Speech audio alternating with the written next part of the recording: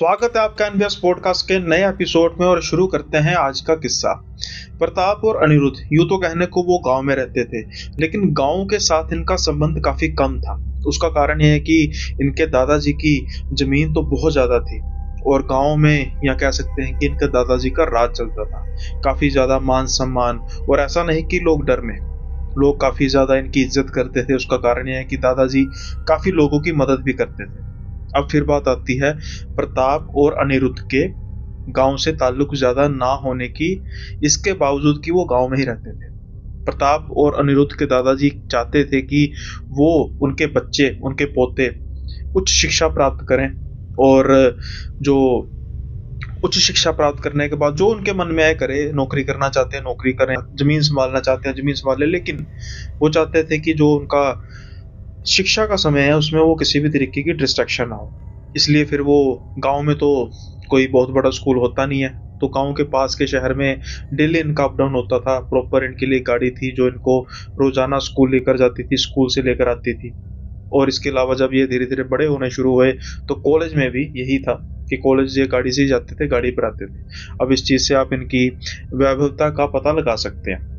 अब गांव में बहुत ज्यादा कम होने की वजह से इनका जो जमींदारी की तरफ ज्यादा जाना होता नहीं था। जब गर्मियों की छुट्टियां होती थी तो यहाँ तो ये अपने नानके घूमने चले जाते, या फिर किसी दूसरी स्टेट में जाते अपने माता पिता के साथ घूमने।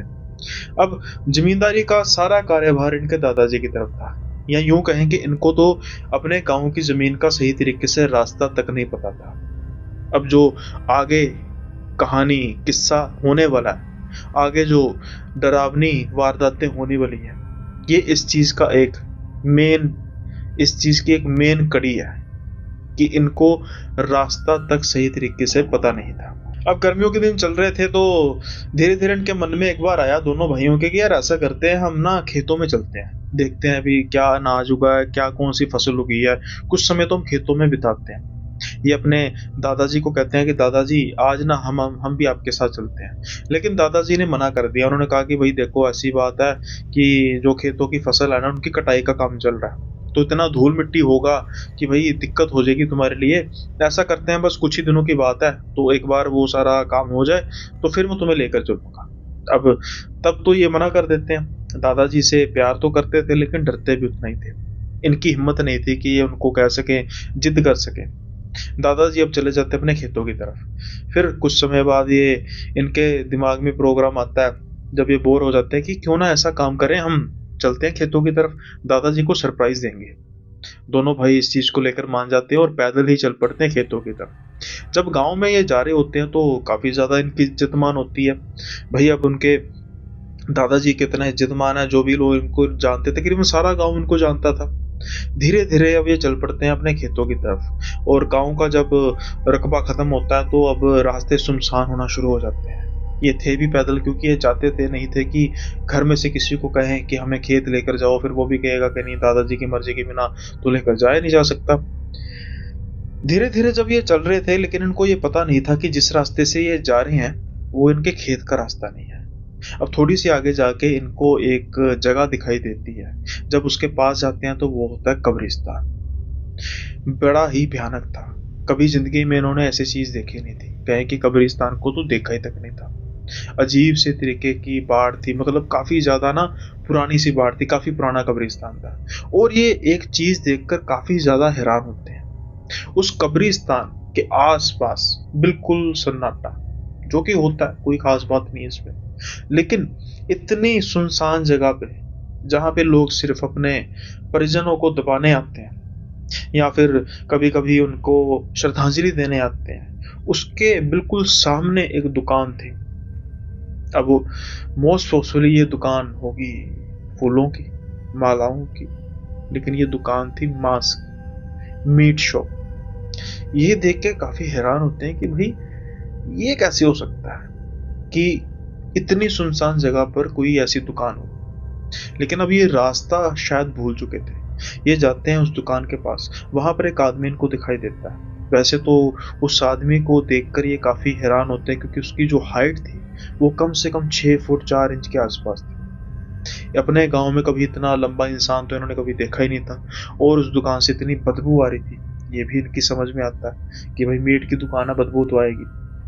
वो आदमी, वो दुकानदार इनको काफी ज्यादा अजीब से तरीके से देख रहा था। और तो और जो इन्होंने नोट किया वो ये कि गांव में जहां से भी ये जा रहे थे सभी इनको प्रणाम कर रहे थे, सभी इनको ग्रीट कर रहे थे, लेकिन ये आदमी तो जैसे इनको जानता ही नहीं। बड़ी अजीब बात थी इनके लिए।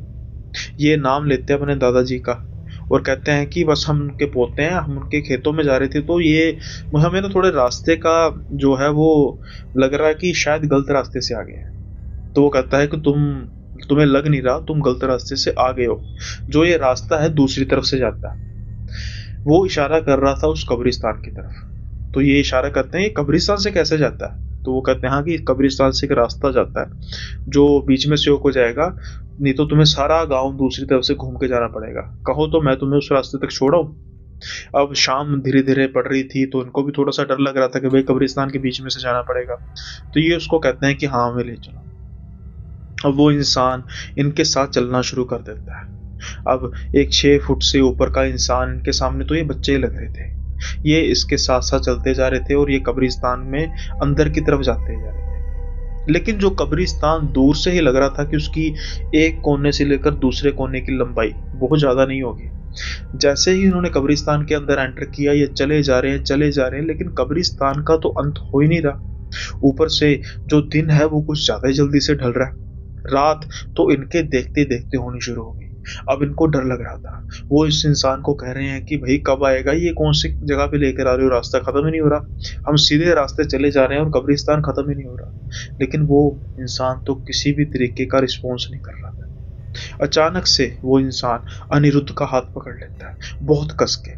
जब ये हाल प्रताप देखता है तो वो अनिरुद्ध का हाथ पकड़ता है, उसको खींचता है। जैसे ही वो खींचता है तो उसका हाथ छूटता है। ये बस भागते हैं, ये उसकी तरफ देखते तक नहीं, क्योंकि इनको अंदेशा हो चुका था कि कुछ भी आसपास ठीक नहीं है। जिस कब्रिस्तान पर ये पिछले 15 मिनट से चले जा रहे थे, जब वो दोबारा से उस रास्ते की तरफ आते हैं तो 5 मिनट में ये रास्ता क्लियर कर लेते हैं। इनको फिर से काफी हैरानी होती है कि ये ऐसा कैसे हो सकता है, लेकिन ये वहां पर सोचने का समय नहीं था। ये फटाफट भागते हैं। जिस रास्ते से ये अपने घर की तरफ से चले थे उसी रास्ते पर ये वापस आ जाते हैं। अब ये बहुत ज्यादा डर चुके थे। गनीमत थी कि अभी तक इनके दादाजी आए नहीं थे, क्योंकि अगर इनके दादाजी आ जाते तो फिर एक लंबा दौर शुरू होना था सवालों का, जवाबों का, कि कहां से आए, कहां गए थे, क्यों गए थे, और ये हाथ पर इतना बड़ा निशान बाजू पर ये कहां से आया।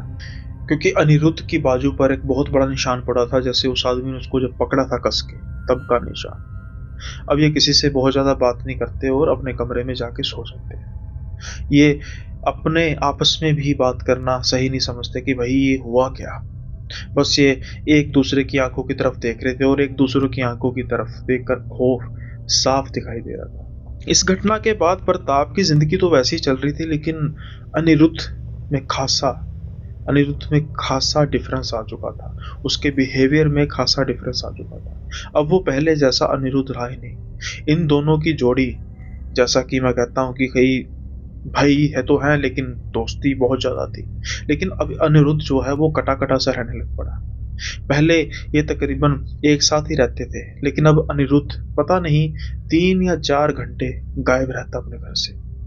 किसी को कुछ नहीं पता होता।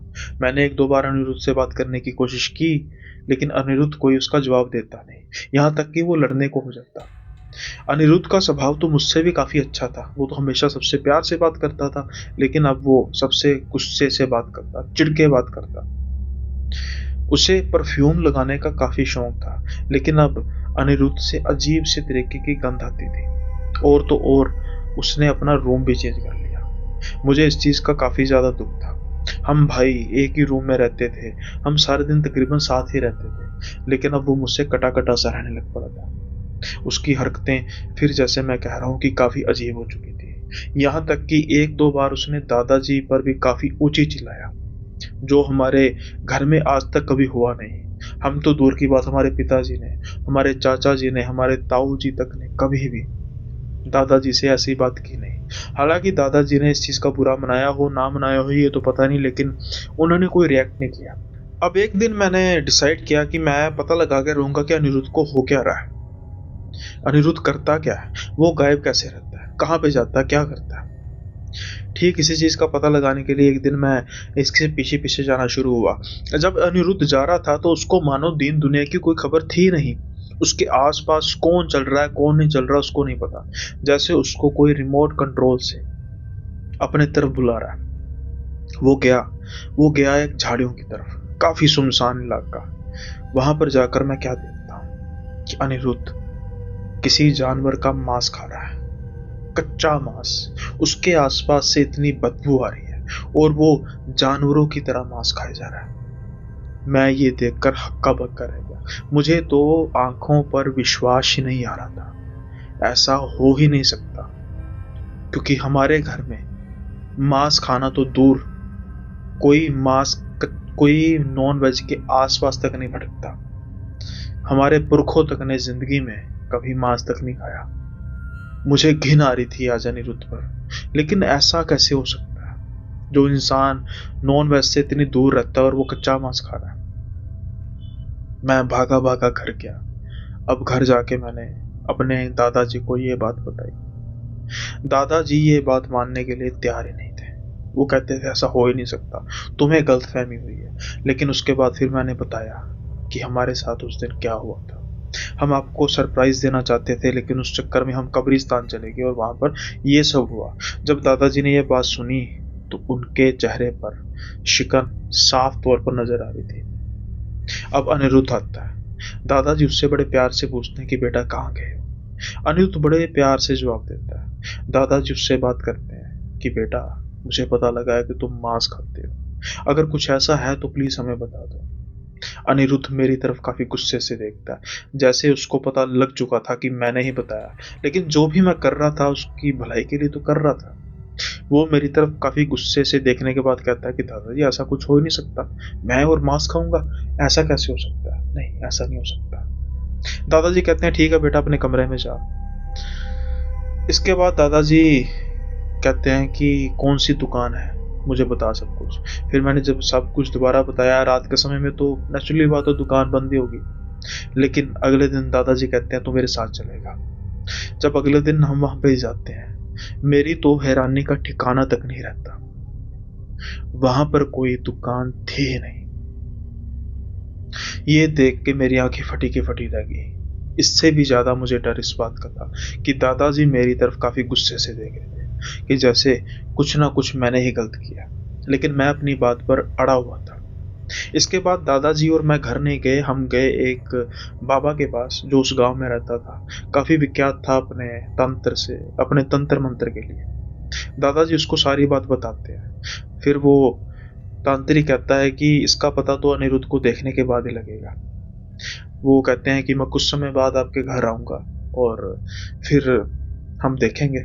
कुछ समय बाद वो जो हमारे घर आए, उसने अनिरुद्ध को देखा तो उसने दादाजी के कान में कुछ खुसर फुसर की, लेकिन दादाजी ना में सर हिला रहे थे। उसके बाद फिर उठते हैं। वो कहते हैं ठीक है फिर एक काम करना होगा, आपको ही आना पड़ेगा। दादाजी इस चीज के लिए सहमति करते हैं कि ठीक है। अब अनिरुद्ध जब जाता है तो मैं पूछता हूँ कि दादाजी उसने क्या कहा। दादाजी कहते हैं कि मुझे लग रहा है कि कोई ना कोई समस्या है, तो इसके लिए कुछ पता लगाने के लिए मुझे अनिरुद्ध के सामने मांस रखना पड़ेगा। तो मैंने इसके लिए मना कर दिया कि भाई हमारे घर में तो मांस आएगा नहीं। तो फिर वो कहता है कि आपको मेरे पास आना पड़ेगा, वहां पे देखेंगे। तो मैंने हामी भर दी। मैंने जिद की कि दादाजी मैं भी चलूंगा, लेकिन दादाजी मान नहीं रहे थे। तो फिर मैंने कहा कि दादाजी इस चीज को तो मैं भी देख चुका हूँ ना, इस सारे घटनाक्रम में मैं भी तो हूँ, तो हो सकता है मेरी जरूरत पड़े। दादाजी को ये बात ठीक लगी और हम तीनों चलते हैं उस तांत्रिक के पास। जब तांत्रिक के पास अनिरुद्ध सामने बैठता है तो तांत्रिक उससे पूछना शुरू करता है कि बेटा तुम मांस क्यों खाते हो। अनिरुद्ध तो मानने के लिए तैयार ही नहीं था। वो कहता है कि आप सबको गलतफहमी हुई है, मैं तो मांस से, सबको पता है कि हमारे घर में कोई मांस दूर दूर तक नहीं खाता। लेकिन तांत्रिक जी इस बात पर अड़े हुए थे कि बेटा मांस तो तू खाता, मुझे पता है। वो कोशिश कर रहे थे कि अनिरुद्ध को गुस्सा आए, गुस्से में वो बक पड़े, गुस्से में वो आग बबूला हो जाए और बता दे कि मेरे अंदर कौन है, मैं कौन हूं। क्योंकि जो अनिरुद्ध के बारे में बात की गई थी, तांत्रिक जी को भी पता था कि वो अनिरुद्ध तो है ही नहीं। लगभग आधा पौना घंटा मशक्कत चलती रहती है, चलती रहती है, चलती रहती है, लेकिन अनिरुद्ध मानने के लिए तैयार ही नहीं था और वो बिल्कुल कान होके बोल रहा था। एक पैसे की भी उसके माथे पर कोई लकीर नहीं थी गुस्से की, परेशानी की। बस एक अच्छे बच्चे की तरह वो जवाब देता जा रहा था। जब तांत्रिक जी को लगता है कि कुछ फायदा होने नहीं वाला, तो फिर तांत्रिक जी इशारा करते हैं अपने शिष्य को। अब उनका शिष्य एक बहुत बड़ा मांस का टुकड़ा लेकर आता है, कम से कम 4 या 5 किलो का। जैसे ही अनिरुद्ध उस मांस को देखता है, वो तो जैसे जानवर की तरह झपट पड़ता है उस मांस के टुकड़े पर। दादाजी को पहले ही कह दिया जाता है कि दादाजी को पहले ही कह दिया जाता है कि जो भी अनिरुद्ध और उस तांत्रिक के बीच में चलेगा, जो भी अनिरुद्ध करेगा, उसको रोकने नहीं दिया जाएगा, चाहे जो मर्जी हो जाए। अब अनिरुद्ध मेरा भाई, जिसने जो हमारे घर में कभी मांस तक खाया नहीं, हमारे सामने वो इंसान 4-5 किलो का कच्चा मांस खा गया, और उसके बावजूद भी वो कह रहा है कि मुझे और चाहिए। अब तांत्रिक जी इशारा करते हैं सबको, जो उनके शिष्य थे, कि इसको पकड़कर बांधो। अब उसको पकड़कर बांधा जा रहा है। खून उसके मुंह से रिस रिस कर रहा था। दादाजी, जो हमारे सामने हमें लगता था कि बहुत सख्त इंसान है, प्यार तो करते हैं लेकिन सख्त भी है, उनकी आंखों से आंसू झरनों की तरह बह रहे थे कि उनके पोते को हुआ क्या। अब तांत्रिक अपने गुस्से में आता है, गुस्से में आके अब उससे गुलवाना शुरू करता है कि बता कौन है तू। क्योंकि 4-5 किलो का कच्चा मांस खाना तो किसी भी इंसान के बस की बात है ही नहीं। ये तो होता है जिनका कमाल। अब जब उससे पूछा जाता है तो फिर धीरे धीरे वो बकना शुरू करता है। वो कहता है कि ये दोनों मेरा शिकार थे, मैं इनका शिकार करना चाहता था, लेकिन ये किसी तरीके से बच गए। मुझे मांस चाहिए, मांस के बिना मेरा शरीर पूरा नहीं होगा, और अगर मेरा शरीर पूरा नहीं हुआ तो मैं ऐसे ही ताउम्र भटकता रहूंगा। तो तांत्रिक पूछते हैं कि क्या तुम जिन हो? वो जिन नहीं था। सबकी धारणा गलत थी, वो जिन नहीं था। फिर उससे पूछा जाता है कि तू बता तो सही वो है कौन। तो फिर वो बताता है कि इसी कब्रिस्तान के आसपास जमीन में मेरे शरीर के टुकड़े करके अलग अलग जगह पर दफनाया गया। मैं चाहता हूं कि मेरे शरीर पर दोबारा से मांस आए और मैं दोबारा से जिंदा हो सकूं। अब तांत्रिक जी कहते हैं कि ये तो पॉसिबल हो ही नहीं सकता। ये तू भी जानता है, जितना मर्जी मांस खा ले, जिसका मर्जी शिकार कर दे, जो मर्जी कर दे, तो अपने आप को तसल्ली दे रहा है, दूसरों की जिंदगी खराब कर रहा है। ऐसा हो नहीं सकता। अब तेरे पास 2 ही रास्ते हैं, या तो मैं तुझे कैद कर लूंगा, तो या तो फिर तू बता तू किस तरीके से इससे पीछा छुड़ाएगा। कुछ समय तक दोनों में बहस चलती है, सब कुछ होता है, और आखिर में जब वो बात करता है, वो कहता है कि मैं चाहता हूं कि अगर मैं जिंदा नहीं दोबारा हो सकता। अब यह भी बात मानने में आती है, क्योंकि कुछ ऐसे प्रेत होते हैं जिनकी बॉडी अभी डिकम्पोज नहीं, मतलब किसी तरीके से पूरी तरह खत्म नहीं हुई होती, तो उनको लगता है कि वो दोबारा से जिंदा हो सकते हैं। इसलिए वो ऐसी चीजों का शिकार करते हैं, इंसानों तक का मांस का इनको सेवन करना होता है। फिर वो कहता है कि मुझे चाहिए मुक्ति, और मुक्ति कैसे होगी कि जो भी उसके अंग है, जो भी जहां जहां भी उसके अलग अलग काट के अंगों को दफनाया गया, उसको एक जगह पर दफनाया जाए। फिर वो बताता है कि किस किस जगह पर मेरा कौन कौन सा अंग पड़ा है। जब शिष्य जाते हैं, खोदते हैं, तो ठीक वही जगह पर हड्डियां मिलती हैं। एक जगह करके उसकी हड्डियों को एक कब्र में दफनाया जाता है। वादा लिया जाता है कि अगर ऐसा होगा तो तू इसको हमेशा के लिए छोड़ देगा, और कभी भी अनिरुद्ध और इसके परिवार पर आस पास नहीं जो है तू निकलेगा, आस पास भी इनके नहीं भटकेगा।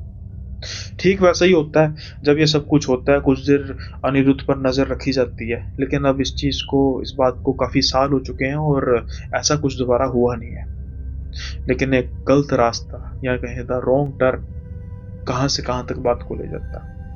आई होप ये किस्सा आपको पसंद आया होगा, और अगर आपको पसंद आया तो उसको लाइक करना मत भूलिएगा। जल्दी से चलते हैं हम अगले किस्से की ओर। विक्रांत काफी होनहार स्टूडेंट है। वो गांव से दिल्ली आया पढ़ने के लिए, लेकिन पढ़ना इतना आसान और इतना सस्ता तो होता नहीं है, वह भी तब जब परिवार का बैकग्राउंड काफी गरीब हो। विक्रांत के पिता काफ़ी गरीब हैं और एक छोटे से किसान हैं, लेकिन फिर भी उन्होंने ठानी कि वो अपने बच्चे को उच्च शिक्षा देंगे और कोई ना कोई अफ़सर या कोई अच्छे नौकरी दिलाकर रहेंगे। इसकी वजह से ही वो जितना भी कमाते, बहुत बड़ा हिस्सा विक्रांत की पढ़ाई पे खर्च हो जाता। वो 3 वक़्त की जगह 2 वक़्त की रोटी खाने के लिए तैयार थे, लेकिन वो विक्रांत की पढ़ाई में बिल्कुल भी कॉम्प्रोमाइज़ नहीं कर सकते थे। इसलिए आज विक्रांत छोटे से गाँव से दिल्ली में पढ़ रहा था। लेकिन विक्रांत ये अच्छी तरीके से जानता है कि उसके पिता कितनी कठिनाइयों से उसको पढ़ा रहे हैं। अब वो जहाँ पर रह रहा है शेयरिंग पीजी में, वहाँ का भी खर्च ज़्यादा हो जाता है, खाने-पीने का भी खर्च हो जाता है। ये सब कुछ उनके पिता उठाते हैं। विक्रांत को महसूस होता है कि भई मुझे भी कोई ना कोई काम करना चाहिए। सारा दिन वो पढ़ता है, रात को भी कुछ समय पढ़ने के बाद उसके पास समय तो होता है कि वो कोई छोटा-मोटा काम कर सकता है, लेकिन काम करे तो करे क्या? उसकी समस्या ये हल होने वाली थी, क्योंकि अब उसके पीजे में एक नया शख्स आया था। वो टैक्सी ड्राइवर थे। वो सारा दिन टैक्सी चलाते थे और शाम को थक कर चूर हो जाते थे। कुछ समय बाद इन दोनों की काफ़ी अच्छी बनने लग पड़ी। जो आदमी थे वो विक्रांत के पिता की उम्र के थे, तो ये उनको चाचा-चाचा बोलते थे और दोनों में काफ़ी ज़्यादा स्नेह हो गया। यहाँ तक कि इनके पारिवारिक संबंध भी बन गए कि विक्रांत के पिता जब मिलने आते तो इनके साथ काफ़ी अच्छी बनती। 1-2 बार ये इनको गाँव में भी लेकर गया। वहीं जो ये टैक्सी ड्राइवर थे वो भी अपने गाँव में जब गए तो 1-2 बार विक्रांत को साथ में लेकर गए। तो एक काफ़ी अच्छी इनकी बॉन्डिंग हो गई थी। एक दिन विक्रांत के मन में बात आती है, वो काफ़ी समय से इनके साथ शेयर करना चाहता था लेकिन डरता था। फिर भी वो विक्रांत के मन की बात पढ़ लेते हैं और वो विक्रांत से पूछते हैं कि बेटा कोई बात है तो मुझसे बात करना। क्या कुछ पैसों की ज़रूरत है? अगर है तो बता। भाई तेरा चाचा इतना तो कमा लेता है कि अगर तुझे कोई छोटी-मोटी तकलीफ होगी तो उसको देख लेगा। लेकिन विक्रांत की समस्या पैसे नहीं थे। पैसे तो थे लेकिन पैसे माँगने वाली समस्या नहीं थी। उसके दिमाग में कुछ और बात चल रही थी और वो बात करना चाहता था लेकिन झिझक रहा था, पर फिर भी अब इतने खुलेपन से जब उसके चाचा ने बात की तो फिर विक्रांत कहता है कि आपको तो पता ही है कि घर के हालात कैसे हैं। पिताजी बड़ी मुश्किल से गुज़ारा कर कर के पैसा निकाल के मेरे लिए पैसा बचाते हैं और बड़ी मुश्किल से गुज़ारा चलता है। तो मैं सोच रहा था कि क्यों ना मैं कोई पार्ट टाइम काम करूँ, जिसकी वजह से मैं थोड़ा बहुत कम से कम पीजी का खर्च, खाने-पीने का खर्च निकाल सकूँ। थोड़ी-सी उनको भी मिले और कोई जो पैसा बचेगा वो किसी बुरे वक़्त में काम आएगा। अब इनके जो अंकल थे, चाचा जी कहते हैं कि बात तो बेटा तेरी ठीक है, तू बता मैं तेरी कोई मदद कर सकता हूँ। रात के टाइम में क्या काम होगा और अगर काम होगा भी तो भई क्या पैसे मिलेंगे? उस पैसों से तो तेरा गुज़ारा ही नहीं होगा और तेरी पढ़ाई भी खराब होगी। विक्रांत, जैसे मैंने कहा कि काफ़ी होनहार स्टूडेंट था, वो कम से कम दिन में 4 या 5 घंटे का समय मैनेज कर सकता था। फिर विक्रांत डरते हुए बोलता है कि अंकल अगर आप सही समझे तो वैसे तो अगर आप कुछ होगा तो कोई दिक्कत वाली बात नहीं, पर फिर भी अगर आप सही समझे। तो अंकल कहते हैं बेटा बात तो बता क्या है? विक्रांत कहता है मैं सोच रहा था कि रात के समय में अगर मैं आपकी टैक्सी चला करूँ। जब उनके अंकल बात सुनते हैं उनके चेहरे पर स्माइल थी कि देखो बच्चा कितना होनहार है। लेकिन वो कहते हैं कि बेटा मुझे कोई समस्या नहीं है, तो टैक्सी चला, तेरी टैक्सी है, तो जो कमाना चाहता है इससे कमा। रात को तो टैक्सी खड़ी रहेगी, मुझे क्या दिक्कत है? लेकिन बेटा तेरी पढ़ाई खराब नहीं होगी, रात को तू आराम भी तो करेगा। विक्रांत सारा टाइम टेबल बताता है कि मैं इतने बजे कॉलेज से आ जाता हूँ। आपको पता है आवारागर्दी करने का मेरा शौक नहीं है, घूमने फिरने का मेरा शौक नहीं है। आके कुछ समय रेस्ट करके मैं अपनी पढ़ाई जो है वो अपनी पूरी कर लेता हूँ और फिर मेरे पास समय-समय होता है। अगर मैं दिन में 6 घंटे भी सोऊँ और दोपहर में 1 घंटा यानी कि 7 घंटे सोऊँ, तो मैं कम से कम 5 या 6 घंटे तो टैक्सी चला ही सकता हूँ। और अगर इस टैक्सी से मेरा कुछ बन जाए, तो फिर क्या बात है। और अंकल प्लीज़ मतलब आप बुरा मत मानिएगा, बट जो भी सर्विस वगैरह है वो तो नेचुरली बात है मैं करा ही करूँगा। अंकल कहते हैं कि तू मार खाएगा क्या मुझसे? मैंने तुझसे ये कोई बात की? कल चल तू कोई बात नहीं, तू टैक्सी मेरी पकड़। और एक बात बोलो भाई, टैक्सी में जब कमाई होती है तो बहुत होती है, जब नहीं होती तो नहीं होती। तो इतना भी कोई डरने वाली बात नहीं है, नहीं होती तो टैक्सी खड़ी रहेगी, नुकसान तो नहीं करेगी। और जब होगी तो भाई कमा, जितना कमा सकता अच्छी बात है। अब जब अप्रूवल मिल जाती है, विक्रांत काफ़ी खुश था। अब विक्रांत टैक्सी चला रहा था। उसको टैक्सी चलाते 4-5 महीने हो गए थे। ना ही सिर्फ वो पीजी का खर्चा निकाल रहा था, जो कुछ महीनों बाद गांव में आना जाना होता था वहां का खर्चा निकाल रहा था, खाने पीने का खर्चा निकाल रहा था, बल्कि अब पढ़ाई का 70% खर्च भी वो अब टैक्सी चलाने से ही निकाल रहा था। विक्रांत काफी खुश था कि उसके पिता से बहुत बड़ा बोझ कम हुआ। धीरे धीरे वो पूरी तरीके से अपनी पढ़ाई का खर्चा निकालेगा, खाने पीने का खर्चा निकालेगा, और यहाँ तक कि शायद वो सेव करना भी शुरू कर दे। अब जिम्मेवारी के तौर पर टैक्सी की सर्विस भी पूरी तरह विक्रांत कराता, पूरी तरीके से मेंटेनेंस रखता, अंकल को किसी भी तरीके की वो शिकायत करने का मौका नहीं देता था। और उसके अंकल भी काफी खुश थे कि उनकी गाड़ी एक अच्छे हाथों, जो रिश्ता बना था वो पहले से काफी ज्यादा मजबूत हो जाता है। लेकिन फिर आती है वो डरावनी रात, वो अनहोनी जिसके बारे में कभी विक्रांत ने सोचा ही नहीं था। आज पता नहीं ना जाने क्यों विक्रांत को कोई सवारी मिल ही नहीं रही थी, ना ही ऑनलाइन बुकिंग ना कुछ। वो तो बस साइड पर टैक्सी खड़ी करके इंतजार कर रहा था। काफी देर इंतजार करता है, फिर वो सोचता है कि मैं घर चले जाऊं, फिर सोचता है कि चल हो सकता है एक आधी सवारी मिल जाएगी, आज के पेट्रोल का खर्चा ही तेल का खर्चा ही निकलेगा। अभी विक्रांत सोने की कोशिश कर रहा था कि उसके जो विंडो पर टक टक करने की आवाज आती है। अचानक से विक्रांत उठता है और देखता है कि एक बुजुर्ग सा आदमी उसकी गाड़ी की विंडो को खड़खड़ा रहा था। विंडो का शीशा नीचे करता है विक्रांत और पूछता है, हाँ जी बाबा जी क्या है? तो वो एक गांव का नाम लेता है जो कि दिल्ली से तकरीबन 150 किलोमीटर दूर था। जब विक्रांत मैप लगाता है तो देखता है, तो विक्रांत कहता है कि नहीं बाबा जी यहाँ पर नहीं जाया जाएगा, काफी दूर है। वो बुजुर्ग आदमी कहता है कि बेटा वैसे कितने पैसे लगते हैं? तो विक्रांत अपना रेट बताता है, फॉर एग्जाम्पल कि वो कहता है कि देखिए जी, आमतौर पर एग्जाम्पल के तौर पर कि हम 6,000 पे लेते हैं, तो अब रास्ते में तो मुझे कोई सवारी मिलेगी नहीं, तो कम से कम जो है वो मैं इसका 11-12 हज़ार से कम नहीं लूंगा।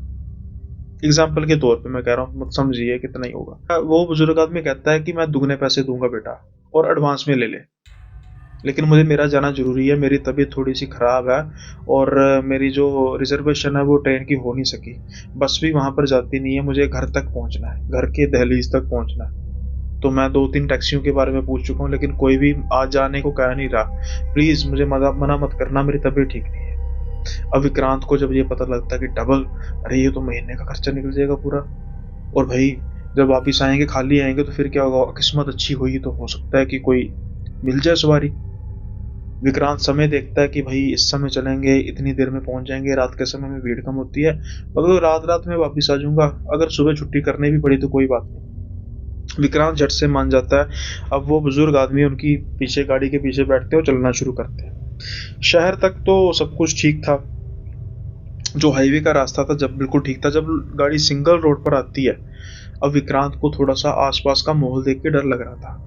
काफी ज्यादा वीरान था, और विक्रांत तो वैसे गाड़ी तो तकरीबन शहर में चलती है, रात ज्यादा होने की वजह से, और हवा भी बहुत ज्यादा तेज चल रही थी, और दूसरी बात की कोई गाड़ी नजर तक नहीं आ रही थी। वो देखते हैं कि अंकल काफी आराम से सो रहे थे। अचानक से विक्रांत ब्रेक लगाता है, ठक। जैसे ही ब्रेक लगती है अंकल एकदम से हिलते हैं। वो उठते हैं, कहते हैं क्या हुआ बेटा, बताओ हुआ क्या? तो विक्रांत कहता है अंकल गाड़ी के आगे नीचे कोई आ गया गाड़ी के। तो कहते हैं कौन आया? कहते मुझे लगता कोई बच्चा है, वो सड़क के बीच में बैठा हुआ था, मुझे तो मौका ही नहीं मिला, पता नहीं एकदम कहां से आया, मैं उतर के देखता हूँ। एकदम अंकल उसको पकड़ते हैं, कहते नहीं बिल्कुल नहीं उतरना, गाड़ी बैक कर और निकाल। विक्रांत कहता अंकल बच्चा है। वो कहते हैं कि मेरी बात सुन बेटा, कोई बच्चा नहीं, ये सड़क बदनाम है, यहाँ पर ऐसी वारदातें होती हैं, वो बच्चा नहीं कोई भूत है। विक्रांत इनकी शक्ल देखता है, वो बिल्कुल बुरी तरह से डरे हुए थे। विक्रांत कहता नहीं अंकल, ऐसे भूत बात का मुझे नहीं पता, कोई बच्चा अगर मर गया तो हम क्या करेंगे, मैं अपने सर पर पाप नहीं लेना चाहता। तो वो कहते हैं कि मेरी बात सुन बेटा, जो मैं कह रहा हूँ उसको समझ, तुझे क्या लगता है कि रात के समय में कोई बच्चा ऐसे सड़क पर होगा? विक्रांत सोचता है कि यार बात तो वैसे ठीक करें। विक्रांत को वो कहते हैं जल्दी से गाड़ी स्टार्ट कर और निकल यहाँ से। विक्रांत अब गाड़ी स्टार्ट करने की कोशिश कर रहा है, लेकिन गाड़ी स्टार्ट हो ही नहीं। विक्रांत 2-3 बार सेल्फ लगाता है। अब अचानक से विक्रांत को आवाज आती है, जैसे उसकी गाड़ी के आसपास कोई गुर्रा रहा है। जानवरों के जैसे। आवाज वो घूमे जा रही है, कोई उसको नजर नहीं आ रहा। वो पीछे मुड़ के देखता तो अंकल तो बेहोश हो चुके। वो अंकल को हिलाता है कि कहीं कुछ हो तो नहीं गया, लेकिन अंकल बेहोश हो चुके थे। विक्रांत फिर से सेल्फ मारता है, गाड़ी चलती है और गाड़ी भगाता है। अब विक्रांत गाड़ी भगाए जा रहा था, लेकिन वो आवाज उसका पीछा छोड़ नहीं रही थी। वो गाने लगाता है, फिर भी उसको आवाज उसके बावजूद भी आती है, और पीछे जो अंकल पड़े थे वो उसको ज्यादा परेशान कर रहे थे, क्योंकि वो कुछ भी हिलजुल कर नहीं रहे थे। अब उसको पता नहीं था कि वो है भी या नहीं। लेकिन जो भी वो गांव बताते हैं, वहां तक अब वो पहुंच चुका था। जब वो गांव में जाता तो गांव बिल्कुल खाली था, हवा बहुत तेज चल रही थी। विकास को अभी भी डर लग रहा था कि भाई अगर मैं गाड़ी से उतरा तो कहीं कुछ पकड़ ना मुझे ले। लेकिन अब गांव में आने की वजह से कुछ हद तक उसका डर खत्म हुआ। लेकिन वो घर कहाँ पे था उसको तो पता ही नहीं था। फिर विक्रांत किसी घर का दरवाजा खटखटाता है और वो सारा बात बताता है, और वो दिखाता है कि ये बुजुर्ग है। गनीमत थी कि वो उनको पहचान जाते हैं कि अच्छा अच्छा ये तो हमारे काका जी हैं। वो गाड़ी में उनके साथ बैठते हैं, उनको घर पे ले जाते हैं। जब उनको घर पे ले जाते हैं तो सारी इनको बताया जाता है कि ये दिल्ली से इनकी गाड़ी जो है रिजर्वेशन हुई नहीं, तो ऐसे ऐसे इन्होंने मुझे कहा था। अब जब वो उनको लेटाते हैं, वो भी कहते हैं कि बीमार रहते हैं, उसकी वजह से बेहोश हो गए, कोई डरने वाली बात नहीं है। फिर विक्रांत कहता है कि अच्छा मुझे इजाज़त दीजिए। तो वो जो घर वाले हैं वो काफ़ी अजीब से तरीके के से विक्रांत की तरफ देखते हैं। वो कहते हैं नहीं नहीं नहीं, हम आपको इस समय वापस नहीं जाने देंगे।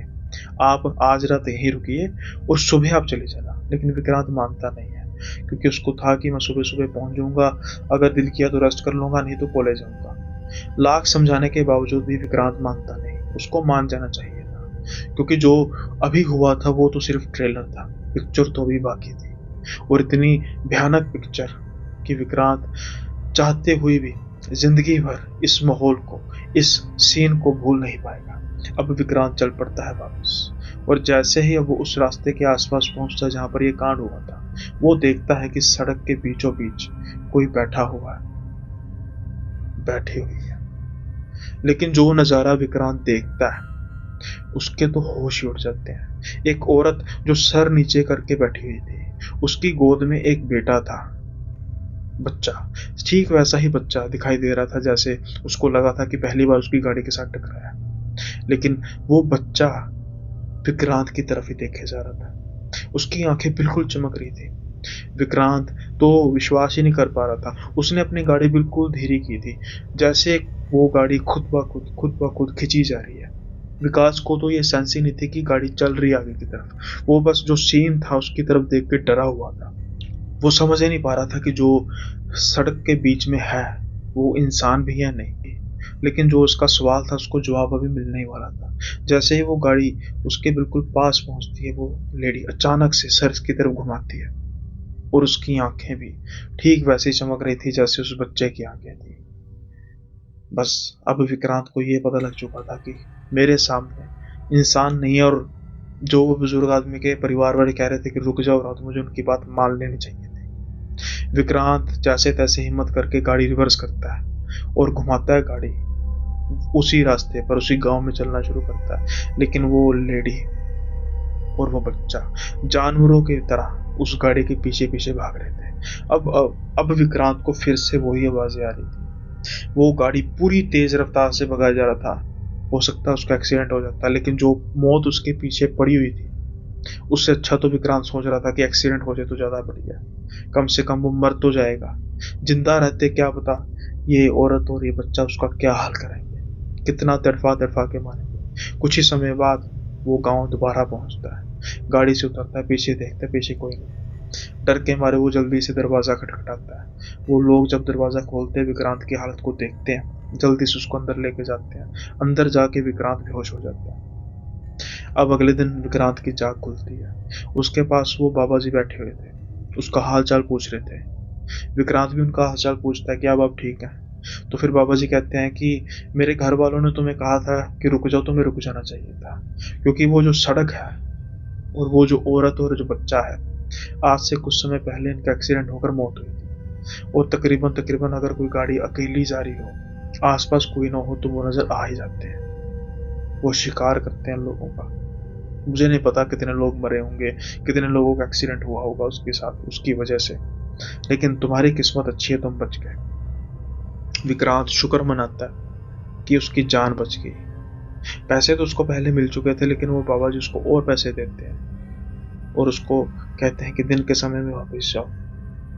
विक्रांत आज भी टैक्सी चलाता है, अभी उसकी पढ़ाई पूरी नहीं हुई, लेकिन ये जो खौफनाक वाक्य है उसके बाद विक्रांत ने कसम खा ली है कि अगर वो टैक्सी चलाएगा तो शहर के बीचों बीच ही चलाएगा। किसी ऐसे रास्ते वो कभी जाएगा नहीं जिसके बारे में उसको पता नहीं है, क्योंकि इस बार तो वो बच गया, लेकिन किस्मत हर बार साथ नहीं देती। आई होप ये किस्सा भी आपको पसंद आया होगा, और अगर पसंद आया तो सब्सक्राइब कर दीजिएगा चैनल को। और अब हम पढ़ते हैं कमेंट सेक्शन। तो पहला कमेंट है, शाउट आउट है, जो है @सिफी अब्बास 432। सॉरी भाई अगर मैंने आपका नाम गलत तरीके से लिया है। सर मैं आपके हर वीडियो को लाइक एंड कमेंट करता हूँ, मेरा नाम भी कभी ले लिया करें कमेंट डिस्कशन में। तो सिफी अब्बास जी, बिल्कुल जी, मुझे पता भी आपने रिसेंटली मेरे वीडियोस देखने शुरू किया, तो तकरीबन हर वीडियो पे आप कमेंट करते हैं, और आपकी एक सजेशन भी थी वो सेशन वाली, वो जल्दी से मैं टाइम निकाल के भाई कर दूंगा। अभी थोड़ी सी टाइम की दिक्कत है, तो उम्मीद है कि आपको पसंद आ रहा है कंटेंट, और ऐसे ही लाइक करते रहिए, कमेंट करते रहिए, और जो आपके फ्रेंड्स हैं उनको भी जोड़िए चैनल के साथ। बहुत बहुत धन्यवाद चैनल को देखने के लिए, लाइक करने के लिए। दूसरा कमेंट है @रवि माजरा /Q6K। ये कहते हैं, राम राम सुनील भाई, स्टोरी बहुत अच्छी है आपकी, एक काम और कर दो, जो भी स्टोरी आपको भेजते हैं उनको पिन किया करो कमेंट बॉक्स में। रवि माजरा जी बहुत बहुत धन्यवाद, राम राम आपको भी। और जो आपकी सुजेशन है, देखिए बात ऐसी है कि जो स्टोरीज है ना, इनकी कोई टाइमलाइन नहीं है। एग्जाम्पल के तौर पे आप अगर कोई स्टोरी भेजते हैं मुझे, है ना, तो पता नहीं है कि वो स्टोरी मैं 2 दिन में बता दूंगा, 2 दिन में नरेट कर दूंगा, ये भी नहीं पता कि 2 महीने बाद उसकी बारी आएगी। और जो कमेंट वाला चक्कर है ना, उसको मैं भी एंडोर्स नहीं करता। रीजन कि मेरे ना कुछ पॉडकास्ट है, मैं वैसे उनको कहता भी हूँ जो मुझे स्टोरी भेजते हैं, कि मतलब आप ये लिख सकते हैं कि अच्छी थी स्टोरी, कैसे नरेट की। वो मुझे पता है जो कमेंट करते हैं जिनकी स्टोरी होती है, कि स्पेशली वो मेंशन ना करें, अच्छा है। उसका रीजन क्या है कि बड़े पॉडकास्ट होते हैं, उसमें ना कोई इंसान बताता है कि ये मेरी स्टोरी थी एग्जांपल के तौर पर, या फिर मेरी स्टोरी ये थी, तो उसके नीचे ना काफी ज्यादा रिप्लाई आते हैं। कई उनको टीज कर रहे होते हैं, कई उनको कर रहे होते हैं। एग्जाम्पल के तौर पे कोई बाबा का आया था कि मुझे मुझे मतलब मैसेज करो, मैं तुम्हें ये कर दूंगा, वो कर दूंगा, तुम्हारा ये सोल्यूशन निकाल दूंगा। तो अब देखो, जब इंसान इन चीजों से गुजरा होता है ना, तो वो काफी ज्यादा वीक होता है। उसको होता है कि कोई रास्ता दिखा रहा तो फटाफट वो रास्ता पकड़ लो। तो मेरा जो मकसद है ना, कहानियों के जरिए एंटरटेन करने का, और अगर कुछ पॉजिटिविटी फैलाई जा सके वो फैलाने का। अगर ये काम मैं करना शुरू कर दूं, तो जो चैनल उसमें खिचड़ी मच जाएगी, जो मैं चाहता नहीं हूँ। दूसरी बात ये, जैसा मैंने कहा कि मेरी स्टोरी जो है वो हो सकता है 2 दिन बाद, हो सकता है 2 महीने बाद आए। तो क्या होता है कि मैं, भाई वो मुझे ना ये काम नहीं पसंद कि भाई कोई मुझे बार बार करे मैसेज कि मेरी स्टोरी कब आएगी, मेरी स्टोरी नहीं आ रही, ये नहीं आ रही, कमेंट में करे ऐसा खिचड़ी, मुझे वो पसंद नहीं है। तो इसलिए ये चीज जो है वो मैं इसको दूर ही रखता हूँ। और तीसरी चीज, जैसा मेरी स्टोरी में आप देखते हैं कि जो बेवकूफ़ी करता है तो मैं उसको बहुत ज़्यादा क्रिटिसाइज करता हूँ, जो बदतमीजी करता है उसको मैं क्रिटिसाइज करता हूँ।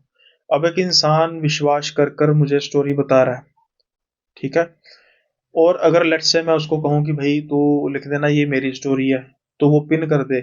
अब उसमें उसने कोई बदतमीजी की हो, कोई बेवकूफ़ी की हो, और कमेंट बॉक्स में उस पर ट्रोल की बाढ़ आ जाए, तो भाई उसके उसने तो जैसे कहते हैं ना कि, जैसे वो पंजाबी में कहते हैं कि फाही गले पा लिया, है ना, तो गले की फांस बन जाएगी उसकी।